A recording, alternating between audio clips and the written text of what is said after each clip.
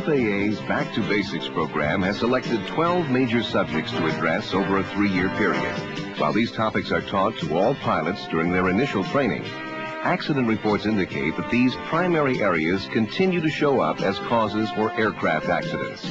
The Back to Basics program will re-examine these subjects. The object is simple: to reduce the number of accidents and to save lives. The subject of this slideshow is the mid-air collision problem. The information is factual and is intended to be thought-provoking. And regardless of your level of experience, we believe that the suggestions and techniques in this presentation can be easily applied to your flying and will contribute to a safer aviation environment. In 1978, the chilling pictures of a PSA Boeing 727 going down in flames over San Diego, California, shocked the nation. While on approach to Lindbergh Field, the plane collided with a Cessna 172. 144 people died. The probable cause, in part, failure of the 727 flight crew to maintain visual separation from the Cessna. The Cessna in the foreground of this picture is similar to the one which collided with the Convair 580 in the background. The first officer on the Convair and the occupants of the Cessna died in this mid-air collision. If you look closely, you can see the Cessna's landing gear protruding from the right side of the Convair. The probable cause, in part, failure of the pilots to exercise adequate vigilance to detect and avoid each other. More recently, a Falcon 50 business jet collided with a Piper Archer over Teterboro, New Jersey. The debris from the two planes fell into a heavily populated area, resulting in serious injuries and extensive damage on the ground. In each of these accidents, the basic collision avoidance techniques should have been routinely applied. They are the concepts of see and be seen and see and avoid. And yet, in each instance, the aircraft collided with tragic results. Mid-airs averaged 2 per month, year in and year out. During 1984 and 1985, collisions resulted in 85 deaths. And while most collisions are between fixed-wing aircraft, gliders, helicopters, and even balloons have been involved in mid-airs. The following graphs might provide some insights into mid-air collisions. For example, as this chart clearly shows, there's a mid-air collision season, which normally begins in April and lasts until late October. While no pilot is immune from the possibility of a mid-air, this chart seems to indicate that experience is a significant factor. Note that 49% of all mid-airs involve pilots with less than 1,000 flying hours.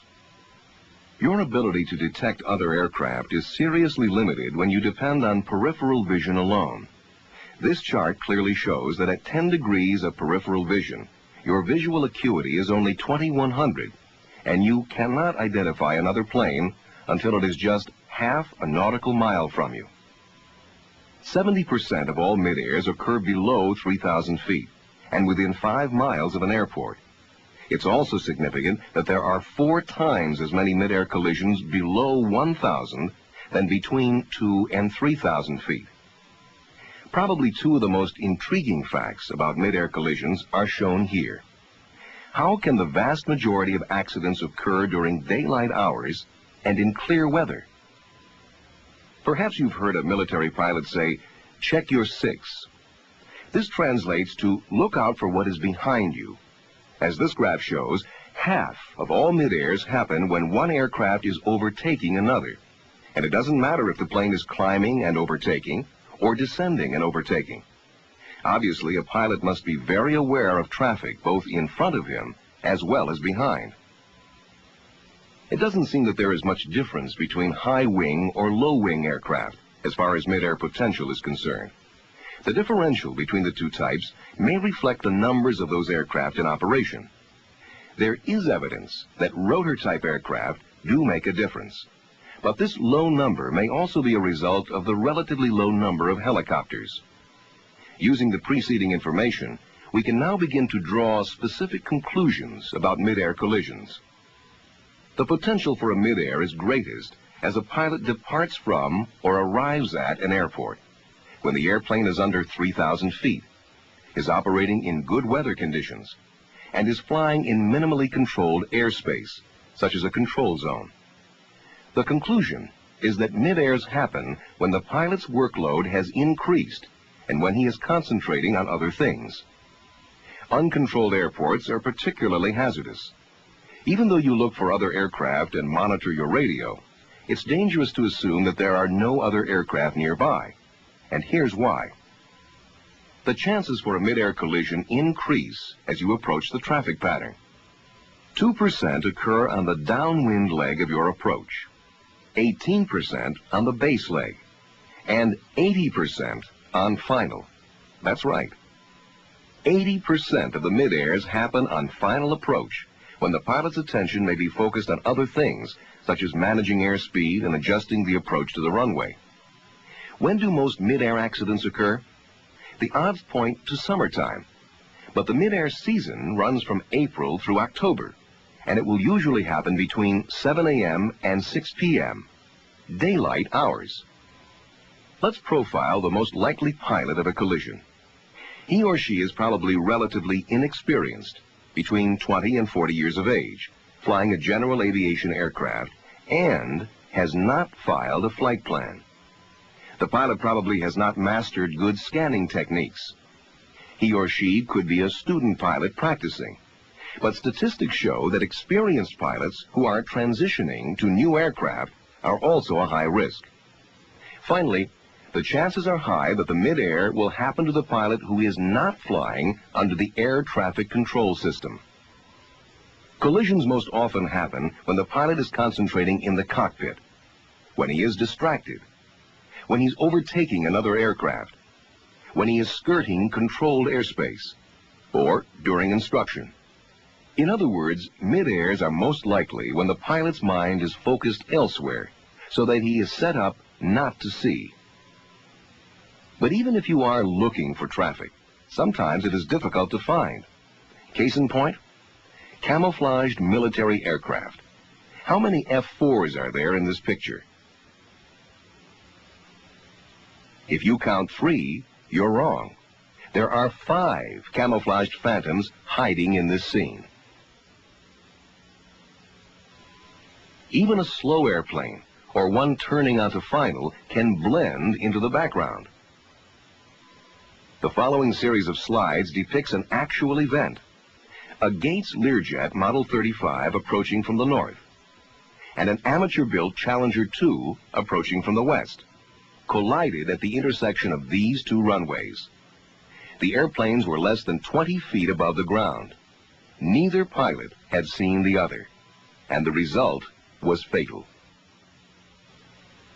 Of particular concern is the area adjacent to controlled airspace, such as a restricted area, an ARSA, or a TCA. ATC can help an aircraft under its control, but ATC needs to know where you are. Therefore, it's not only a good practice, but it's now a federal regulation that if you have a radar transponder, it must be turned on. And if the transponder is equipped with Mode C capability, it must also be turned on. As indicated earlier, instructional flights are of particular concern. Both the instructor and the student are focusing their attention on a single phase of training. Each thinks the other is maintaining a good lookout, when in fact, neither is. Regardless of the type of aircraft being flown, the cockpit can take all of a pilot's attention. Good scanning procedures are vital, no matter how complex the cockpit is. How can mid-air collisions be avoided then? Well, stressing the following points can significantly reduce the number of such accidents. Extra alertness must be stressed in such high-risk areas as controlled airspace, around airports, and also during altitude changes. Also, keep a proper lookout. Even ask passengers to help scan for traffic. Keep your head out of the cockpit. Don't let the controls completely dominate your time. Many pilots have the misconception that operating on an IFR flight plan reduces or even eliminates the need to see and avoid. Don't get caught in this complacency trap. And most importantly, use ATC facilities whenever possible. Let's return to the complacency trap for a moment. ATC may not be aware of a VFR aircraft along your intended route. So even if you are flying on an IFR flight plan, you still have the responsibility to see and avoid.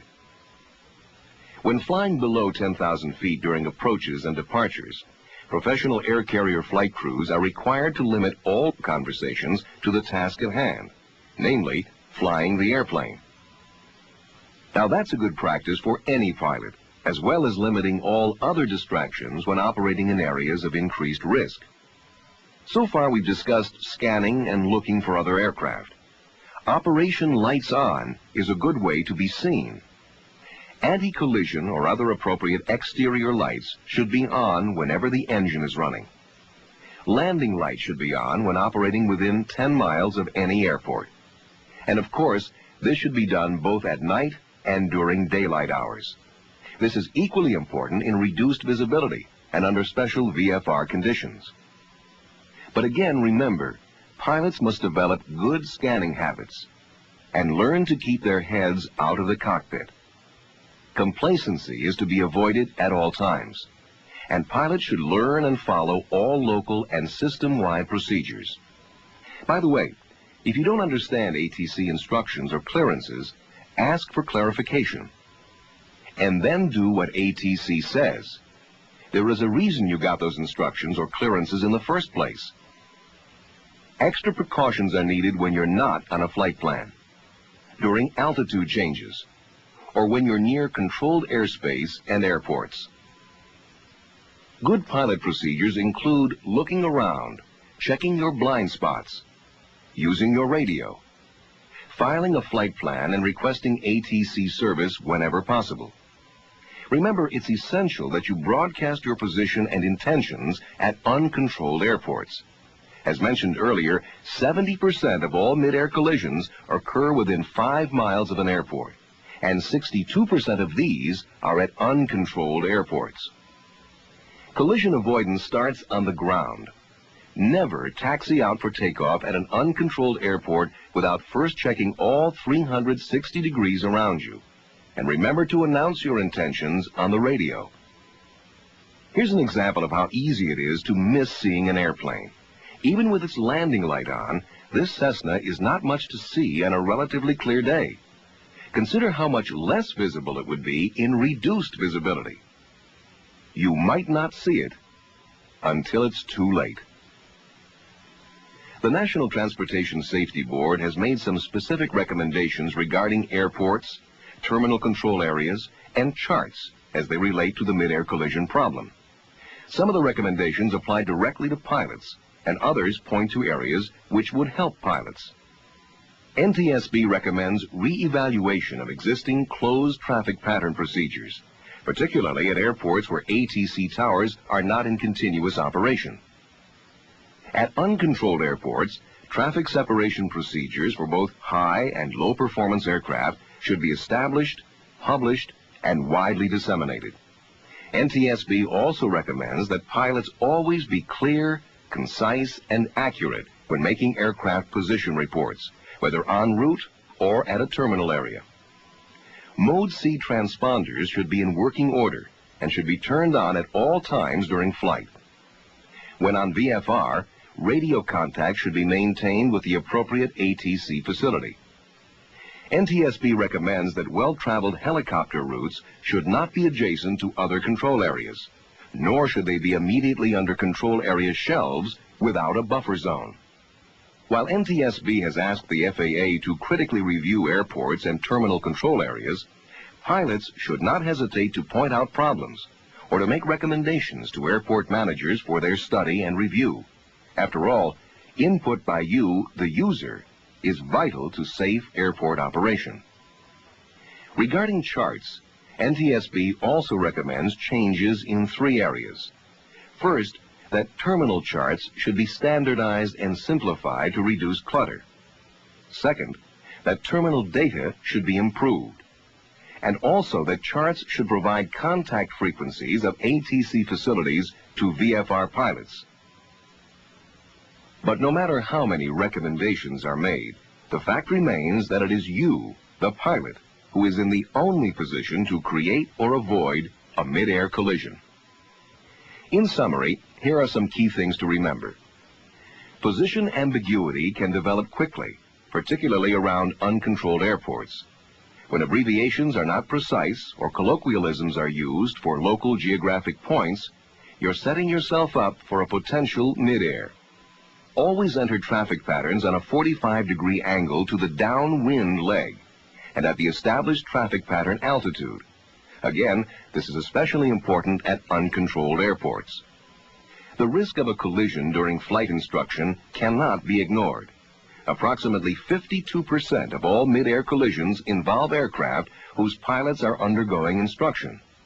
Therefore, flight instructors must develop and use foolproof scanning procedures during instruction. And finally, after all is said and done, the best anti-collision device you have is your eye. We hope that you'll pass along the information in this presentation to other pilots who could not attend this meeting. Thank you for attending this Back to Basics session. This live presentation was produced by the United States Department of Transportation and the Federal Aviation Administration in cooperation with the National Transportation Safety Board. Technical assistance was provided by the FAA Office of Aviation Safety, the FAA Office of Public Affairs, and the FAA Office of Aviation Standards. A special thanks to Mr. R.J. Jones, Western Pacific Region Accident Prevention Specialist, Oakland Flight Standards District Office, for his contributions to this production.